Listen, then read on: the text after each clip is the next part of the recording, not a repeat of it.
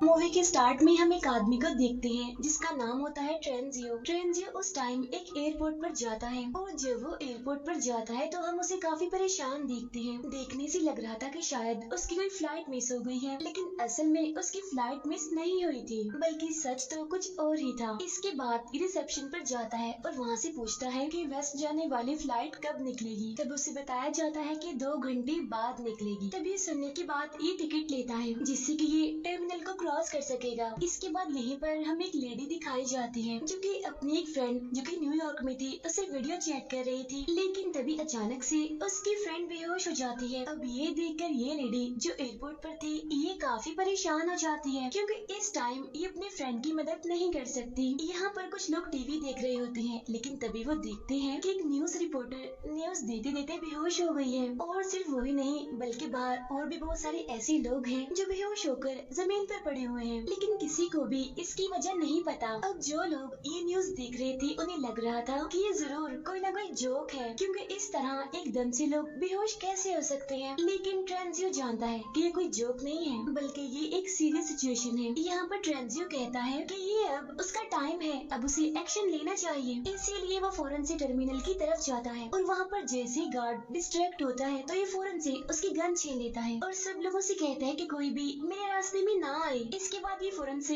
Plane की तरफ जाता है और वो फ्लाइट मॉस्को की तरफ जा रही थी और कुछ ही देर में इस फ्लाइट ने उड़ना था। ये प्लेन में मौजूद सभी लोगों को गन पॉइंट पर लेता है और प्लेन को फौरन से उड़ाने के लिए कहता है, लेकिन जो असली पायलट था वो अभी तक प्लेन में नहीं आया था। लेकिन जो को पायलट होता है वो इस टेररिस्ट की हेल्प नहीं करना चाहता, इसीलिए ये दोनों एक दूसरे से लड़ रहे होते हैं, जिसकी वजह से एक गोली उस पायलट को लग जाती है, इसीलिए वो जख्मी हो जाता है। ये गोली उस पायलट के हाथ में लगी थी। अब इस सारे सिचुएशन की वजह से वो सारे पैसेंजर्स काफी परेशान थे और फ्लाइट अटेंडेंट इन सबको हौसला दे रही थी कि सब ठीक हो जाएगा, कुछ भी नहीं होगा।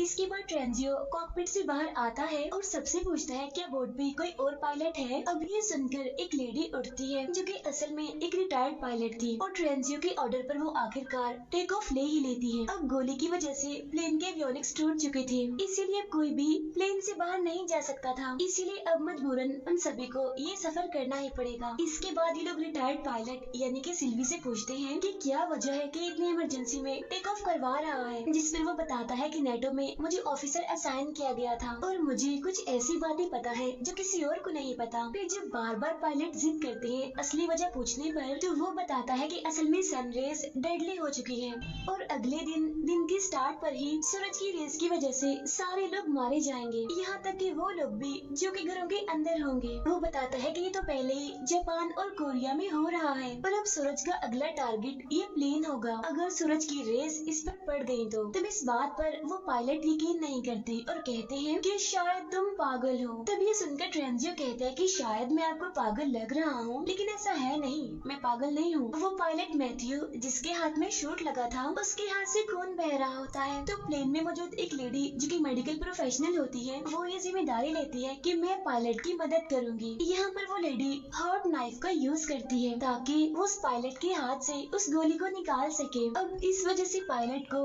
बहुत ज्यादा दर्द हो रही थी और प्लेन में मौजूद सारे पैसेंजर्स भी उसकी वजह से परेशान हो रहे थे। लेकिन यहाँ पर मैथ्यू जानता था कि उसे सब्र से काम लेना चाहिए क्योंकि सबकी जिंदगी अब उस पर डिपेंड करती है। यहाँ पर मैथ्यू सबको बताता है कि हम उसी जगह पर लैंड करेंगे जहाँ पर लैंड करने का ट्रेंजियो हमें कह रहा है, बजाय उस जगह पर लैंड करने की जहाँ पर हमने सोचा था। यहाँ पर मैथ्यू को लगता है कि फाइटर जेट्स लाजमी आ रहे होंगे उन्हें रेस्क्यू करने के लिए, क्योंकि उन्होंने ये प्लेन इसीलिए उड़ाया था क्योंकि उसे इन्हीं मैथ्यू को गन पॉइंट पर लिया गया था। लेकिन दूसरी पायलट इन्हीं सिल्वी को ऐसा नहीं लग रहा था, उसे नहीं लग रहा था कि कोई उनकी मदद करने के लिए आएगा। वहाँ एक और पैसेंजर को जब ये बात पता चलती है कि सनरेज सबको मार रही है तो उसे इस बात पर यकीन नहीं होता, इसीलिए वो पायलट्स पर शक करने लगता है, यानी कि सारे पायलट्स उनसे झूठ बोल रहे हैं। इस पैसेंजर का नाम अयाज होता है। इसके बाद हम एक और पैसेंजर को देखते हैं जो कि अरबी होता है। ये पैसेंजर एकदम से खांसी करने लगता है और देखते ही देखते बेहोश हो जाता है। अब यहाँ पर अयाज ऐसे प्रिटेंड करता है कि जैसे वो इसकी हेल्प कर रहा है और इसी सब के बीच वो ट्रेंजियो से उसकी गन छीन लेता है। इसके बाद ट्रेंजियो को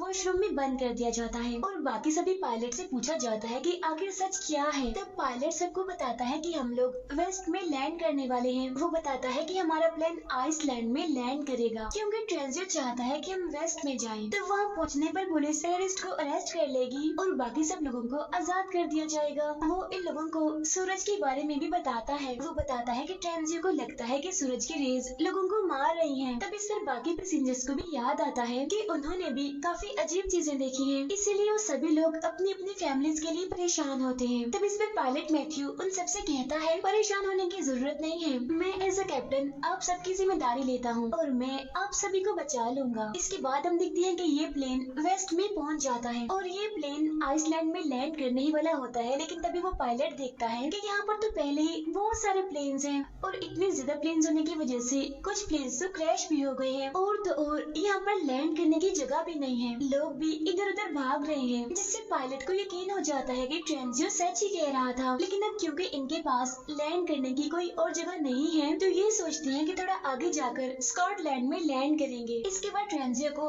वॉशरूम से बाहर निकाला जाता है और उससे कहा जाता है कि सबको इस सिचुएशन के बारे में बताओ, यानी कैसे सूरज की रेज सबको मार रही है। ट्रेंजियो कहता है कि मुझे सबके बारे में मेरे सीनियर से पता चला और मैं तो खुद भी नहीं जानता कि ये सब कुछ क्यों हो रहा है और ये सब कुछ कब खत्म होगा। मैं तो बस इतना जानता हूँ कि अगर हमने बचना है तो हमें सूरज से कहीं दूर लैंड करना पड़ेगा, किसी ऐसी जगह पर जहाँ पर सूरज की रेस ना पहुँचती हो। अब यहाँ वही अरबी जो कुछ टाइम पहले बेहोश हो गया था वो अभी भी जिंदा होता है और बड़ी ही मुश्किलों से वो सांस ले रहा होता है। वो बस मरने ही वाला होता है और अपनी आखिरी सांसों में वो सबको बताता है कि मैंने डायमंड्स स्वेलो कर लिए थे। अब यहाँ पर वो नर्स पूरी कोशिश करती है कि किसी तरह से इस आदमी के अंदर से उन डायमंड्स को निकाल दिया जाए, लेकिन उसकी कोशिशें नाकामयाब ही रहती हैं। इसके बाद हम देखते हैं कि ये लोग स्कॉटलैंड में इमरजेंसी लैंडिंग करते हैं। अब ये लैंडिंग काफी मुश्किल थी और प्लेन एक दीवार को हिट करने ही वाला था, लेकिन बड़ी मुश्किलों से कुछ ही सेकंड्स पहले आखिरकार ये प्लेन को रोक ही लेते हैं। अब जैसे ये सारे लोग लैंड करते हैं तो इनके पास बहुत सारे मैसेजेस और बहुत सारे नोटिफिकेशंस आते हैं इनकी फैमिलीज की तरफ से। इंटरनेट पर भी हर तरफ न्यूज चल रही थी जिसमें बताया जाता है कि आधी दुनिया के लोग तो मर चुके हैं सूरज की रेस की वजह से और आधे अभी बचे हुए हैं। ये एयरपोर्ट खाली था क्योंकि लोग यहाँ से भाग चुके थे। अब ये लोग डार्क प्लेस को ढूंढ रहे थे कि कहीं पर भी इन्हें डार्क प्लेस मिले और ये वहाँ पर छुप जाएं। जबकि न्यूज में बताया जा रहा था कि अगर सूरज निकलता है तो तब अगर कोई इंसान बंकर में जाकर भी छुप जाए तो वो भी मर जाएगा। अब यहाँ पर इन सभी पैसेंजर्स को भी वेस्ट की तरफ ही फ्लाई करना था, इसीलिए ये सारे अपना जरूरी सामान और सप्लाईज को इकट्ठा करना शुरू करते हैं। इनमें से एक आदमी जो कि अपनी वाइफ के पास वापस जाना चाहता था वो उन सबसे लड़ रहा होता है कि मुझे वेस्ट की तरफ नहीं जाना, इसलिए यहाँ पर उसे अलाउ किया जाता है कि वो वापस जा सकता है। अब इनका अगला स्टॉप था कनाडा और वहाँ जाकर ये अपनी प्लेन का फ्यूल दोबारा से भरेंगे और अपने रेडियो को फिक्स करेंगे। कुछ ही टाइम के बाद इंटरनेट ठीक हो जाता है जिससे सभी लोगों को उनके मैसेजेस मिलने लगते हैं और ये मैसेजेस उन सबके प्यारों के आखिरी मैसेजेस थे क्योंकि अब उन सबकी मौत हो चुकी है। तभी एक आदमी सब लोगों को बताता है सूरज की वजह से लोगों की मौत इसीलिए हो रही है क्योंकि इसकी वजह पोलैरिटी है। अब इनमें एक आदमी था जो कि क्लाइमेट एक्सपर्ट था, वो ये जानता था कि सन पोलैरिटी क्या होती है। वो बताता है कि हर 11 साल के बाद सूरज का मैग्नेटिक फील्ड रिवर्स हो जाता है, लेकिन इस बार सूरज की रिवर्स होने की डेंसिटी थोड़ी कमजोर देखी गई। उसका कहना था कि जमीन में हर उस जगह पर गैमा रेज का ब्लास्ट किया गया है जहाँ तक सूरज की रोशनी आती है और इन्हें गैमा रेज की वजह से ही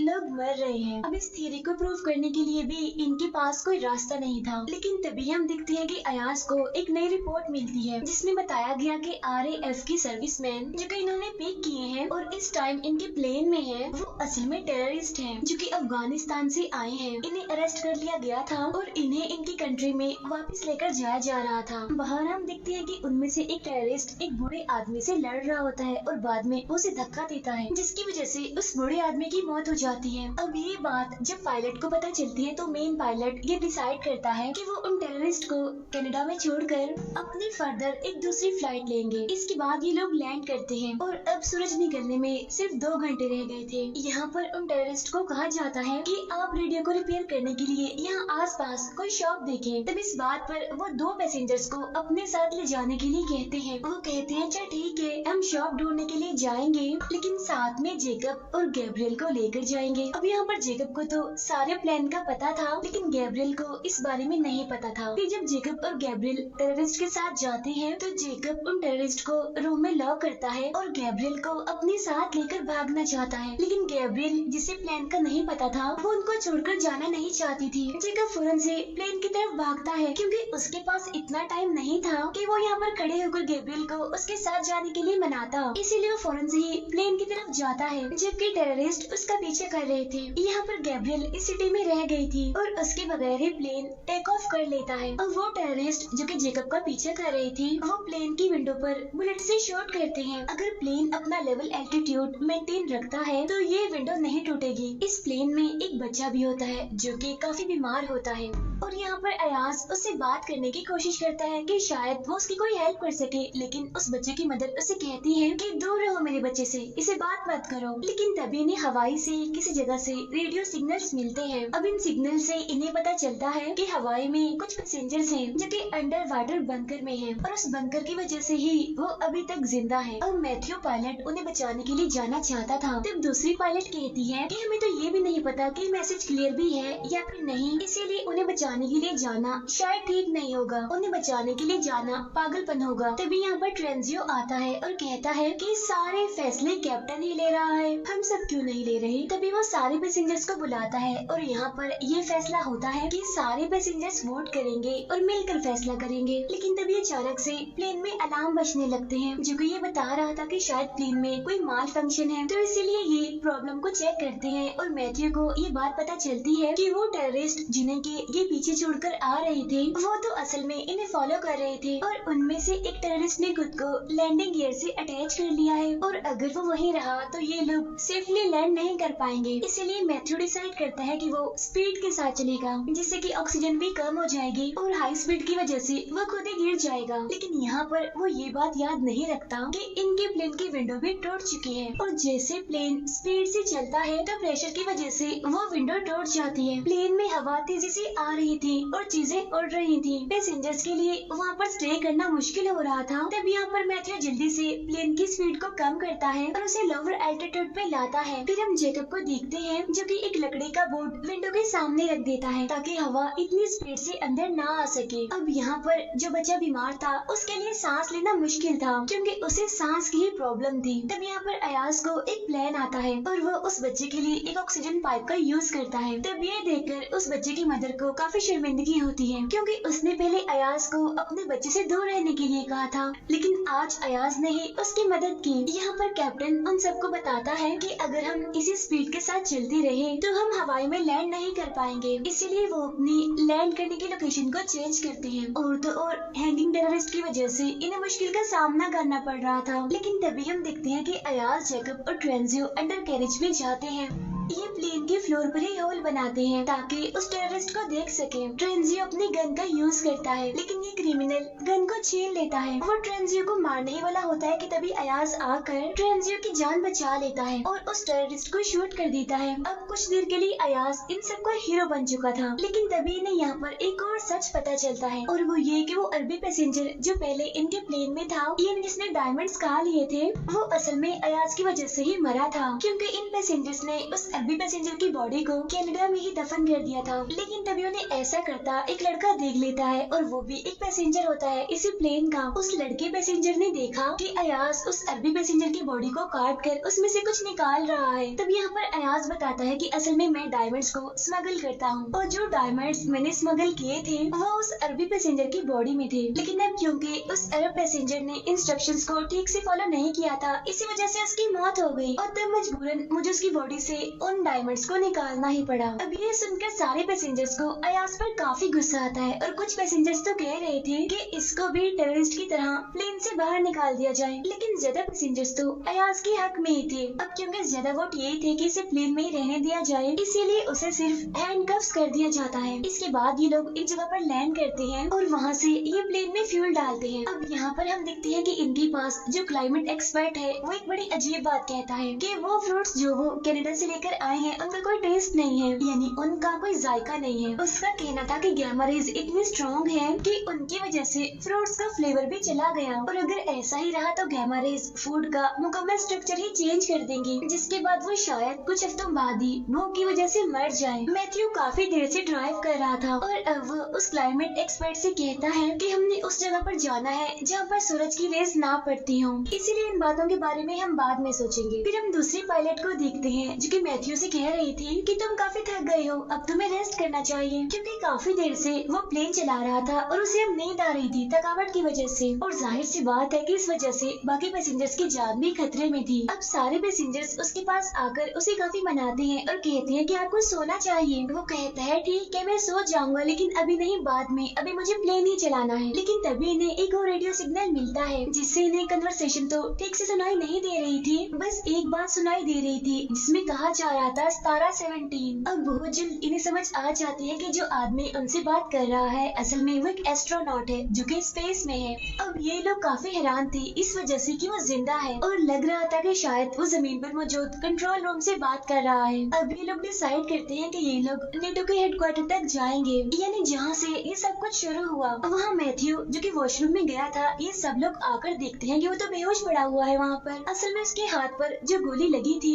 उसकी इंजरी पहले से ज्यादा सीरियस हो गई थी, जिसकी वजह से पॉइजन उसकी पूरी बॉडी में ही फैल रहा है। तब इन पैसेंजर्स में से जो नर्स होती है वो कहती है कि अगर हम लोग किसी तरह हॉस्पिटल पहुँच जाए तो मैं इसका ऑपरेशन कर दूंगी। अब दूसरी पायलट जिसका नाम सिल्वी है वो काफी परेशान होती है ये सोचकर कि मैथ्यू के बगैर मैं प्लेन अकेली कैसे चलाऊंगी। तब सारे पैसेंजर्स उसे इंसिस्ट करते हैं कि तुम्हें ट्राई करना होगा, अगर तुम्हें इसका एक्सपीरियंस नहीं है तो फिर भी तुम्हें ये प्लेन चलाना है, क्योंकि अब तुम भी हमारी एक आखिरी उम्मीद हो। यहाँ पर हम देखते हैं कि सिल्वी यूट्यूब पर वीडियोस देखती है जिससे कि वो ये समझ रही है कि उसे कैसे प्लेन को लैंड करना है। अब वीडियो दिखना तो आसान था, जब प्लेन को उड़ाना था, उसे लैंड करवाना था, तो ये सब तो बहुत मुश्किल था, इसीलिए सिल्वी काफी घबरा रही थी। अब ये लोग लैंड तो करते हैं लेकिन ये लैंडिंग काफी शेकी सी थी, लेकिन किस्मत से सारे पैसेंजर सेफ थे और सारे खड़े होकर सिल्वी के लिए क्लैपिंग करते हैं। फिर टाइम ज़ाया ना करते हुए ये खुद को 3 ग्रुप्स में डिवाइड करते हैं, यानी इन सब ने अलग अलग टास्क परफॉर्म करने थे, जिसमें से कुछ ने तो प्लेन के फ्यूल को रिफिल करना था, जबकि कुछ लोगों ने मैथ्यू को हॉस्पिटल पहुंचाना था, और जो ट्रेंजियो और अयाज थे उन्हें नेटो के हेडक्वार्टर जाना था। हॉस्पिटल में हम देखते हैं कि यहाँ पर बहुत सारे पेशेंट्स हैं जो कि जमीन पर पड़े हुए हैं और सारे के सारे मर चुके हैं। तब नर्स उन सबसे कहती है कि इन्हें देखकर परेशान मत हो और मेन फोकस ये रखो कि हमने मैथ्यू की जान बचानी है। फिर वो बच्चा जो बीमार था उसकी मदर को हम देखते हैं जो कि अपने बच्चे के लिए अलग अलग चीजें जमा कर रही है, जैसे कि दवाइयाँ और वो चीजें जो उसके लिए जरूरी है। उधर हम देखते हैं नेटो के हेडक्वार्टर को, जहाँ ट्रेंजियो सबको कंट्रोल रूम में लेकर जाता है। अब इनके पास इतना टाइम नहीं था कि ये सारी फाइल्स को चेक करते, इसीलिए ये सर्वेलेंस वीडियो को देखने का डिसाइड करते हैं कि शायद इन्हें उन वीडियोस में कुछ मिल जाए। तब इनमें से एक मेंबर थोड़ा दूर होता है तो हम देखते हैं कि ट्रेंजियो की अयाज के साथ फाइट हो जाती है। यहाँ पर ट्रेंजियो एक्सीडेंटली अयाज को हिट करता है, जिससे कि अयाज बेहोश हो जाता है और उसकी बॉडी से बहुत सारा खून निकलने लगता है। वहाँ इनका एक दूसरा मेंबर जो कि एक रिकॉर्डिंग लेने में कामयाब हो जाता है। असल में इस रिकॉर्डिंग में कुछ ऑफिशियल्स बातें कर रहे थे। ये बातें एक डैम के नीचे बने बंकर के बारे में थी और उसी जगह का नाम था तारा 17, यानी सेम वही जगह जिसके बारे में इन्होंने रेडियो में भी सुना था। अब जिस लड़की ने ये रिकॉर्डिंग ली होती है उसका नाम रिक होता है। अब इन्हें जाकर ये बात अपने बाकी मेंबर्स को बतानी थी, लेकिन तभी हम देखते हैं कि ट्रेंजियो आकर रिक को बताता है कि मैंने अयाज को मार दिया है। तब रिक आकर देखता है कि उसकी पूरी बॉडी खून में लथपथ है। वहाँ हम देखते हैं कि मैथ्यू की हालत अब पहले से बेहतर है। इसके बाद मैथ्यू को प्लेन में लाया जाता है, बाकी सब मेंबर्स भी प्लेन में वापस आ जाते हैं। ऑपरेशन के बाद मैथ्यू काफी बेटर फील कर रहा है। ट्रेंजियो सबको बताता है कि अब हमें अयाज का इंतजार नहीं करना चाहिए क्योंकि अब वो वापस नहीं आएगा। सभी लोग परेशान थे कि आखिर क्यों अयाज वापस नहीं आएगा, और जब मैथ्यू इंजन स्टार्ट करता है तो ये सारे लोग देखते हैं कि अयाज इनके प्लेन के बिल्कुल सामने था। अब अयाज को प्लेन में ले लिया जाता है और ट्रेंजियो के हाथ बांध दिए जाते हैं। यहाँ पर सिल्वी उन सबको बताती है कि अगर हमारे बल्गेरिया के प्लान ने काम ना किया, यानी डैम में मौजूद उस बंकर में जाने का, तो हमारे पास इतना फ्यूल नहीं होगा कि हम फर्दर किसी और जगह पर जा सके। और जैसे ये लोग लैंड करेंगे इनके पास सिर्फ 20 मिनट होंगे जिसमें कि ये भागकर बंकर की तरफ जाएं। यहाँ अयाज की तबीयत खराब होने लगती है क्योंकि उसका बहुत सारा खून बह चुका था। यहाँ पर सारे लोग अयाज से पूछते हैं कि ट्रेंजियो ने तुम्हारे साथ ऐसा किया, इसके बाद तुम उसे क्या सजा देना चाहते हो। तो ये सुनकर अयाज कहता है कि मैं नहीं चाहता कि वो मरे, बल्कि मैं चाहता हूँ कि वो हमारे साथ उस बंकर के पास जाए। अब क्योंकि बंकर काफी दूर था तो इसीलिए जैसे प्लेन लैंड होता है तो ये सारे लोग गाड़ियों पर बैठकर बंकर की तरफ जाने लगते हैं। इन सारे पैसेंजर्स को 2 ग्रुप में डिवाइड किया गया था, यानी कि 2 गाड़ियों पर ये लोग जा रहे थे। इनमें पहली गाड़ी को सिल्वी ड्राइव कर रही थी और दूसरी गाड़ी को ड्राइव कर रहा था अयाज। अब क्योंकि खून निकलने की वजह से अयाज की तबीयत खराब होती है, इसीलिए अयाज और उसके साथियों की गाड़ी क्रैश हो जाती है। लेकिन पहली गाड़ी जिसे कि सिल्वी चला रही थी वो काफी दूर पहुंच चुकी थी। सिल्वी जल्दी से एक टर्न लेती है और एक आधे खुले हुए गेट से अंदर एंटर कर जाती है। अब एक पैसेंजर इस गेट को टच भी करता है लेकिन वो पीछे की तरफ गिर जाता है क्योंकि उस गेट में करंट था। अब इन्हें यहाँ पर ये बात पता चलती है कि इन्हें बटन को प्रेस रखना है जब तक ये सारे पैसेंजर्स अंदर नहीं आ जाते। और बटन प्रेस करना इसीलिए जरूरी है क्योंकि जब तक बटन प्रेस रहेगा तो गेट भी ओपन ही रहेगा। यहाँ पर ट्रेंजियो कहता है कि मैं बटन को प्रेस रखूंगा और तब तक सारे पैसेंजर्स अंदर आ जाएंगे। यहाँ सिल्वी ट्रेंजियो के हाथों को बांध देती है क्योंकि उसे शक था कि कहीं ट्रेंजियो उन्हें धोखा न दे दे, इन्हें जैसा कि उसने अयाज के साथ किया। वो ट्रेंजियो से कहती है कि तुम्हें तभी आजाद किया जाएगा जब सारे मेंबर्स अंदर आ जाएंगे, यानी कि वो सारे मेंबर्स भी जो कि अयाज के साथ उसकी गाड़ी में थे। ट्रेंजियो के हाथों को बांधकर सिल्वी और बाकी सारे मेंबर्स अंदर चले जाते हैं। उधर अयाज अपने सारे मेंबर्स को लेकर लेफ्ट टर्न लेता है, यानी वो एक डिफरेंट टर्न लेता है और वो एक डिफरेंट गेट से डैम की बंकर में एंटर करता है। अब क्योंकि ये लोग किसी और गेट से आए थे इसलिए ट्रेंजियो वहाँ पर अकेला रह गया था, जबकि वहाँ पर सारे मेंबर्स अब बंकर के अंदर पहुँच चुके थे। अब इन सभी लोगों को फाइनली मिलिट्री के लोग वेलकम करते हैं और वो इन्हें बताते हैं कि आप सब अब बिल्कुल सेफ हैं। लेकिन ट्रेंजियो तो बाहर ही रह गया था। वो यहाँ पर अपने गॉड से अपनी की गई गलतियों की माफी मांगता है और सूरज को फेस करने के लिए तैयार होता है। अब प्लेन के सारे पैसेंजर्स तो बच जाते हैं लेकिन सूरज की रेस की वजह से ट्रेंजियो मारा जाता है। और इसी के साथ ही ये मूवी यहीं पर एंड हो जाती है। Thank you for watching.